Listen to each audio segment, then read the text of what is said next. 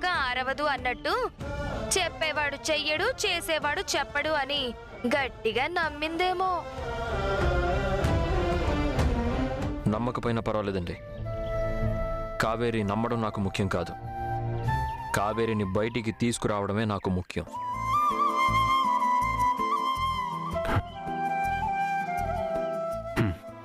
కరెక్ట్గా చెప్పావు. సరే సరే, మీరు ప్రయాణం చేసి అలిసిపోయి ఉంటారు. వేడి నీళ్ళతో స్నానం చేయండి, హాయిగా ఉంటుంది. ఈలోపు సరళ టిఫిన్ రెడీ చేస్తుంది. వెళ్ళండి, లోపలికి వెళ్ళండి. అలాగే మామయ్య, పదరాజు. వెళ్ళండి.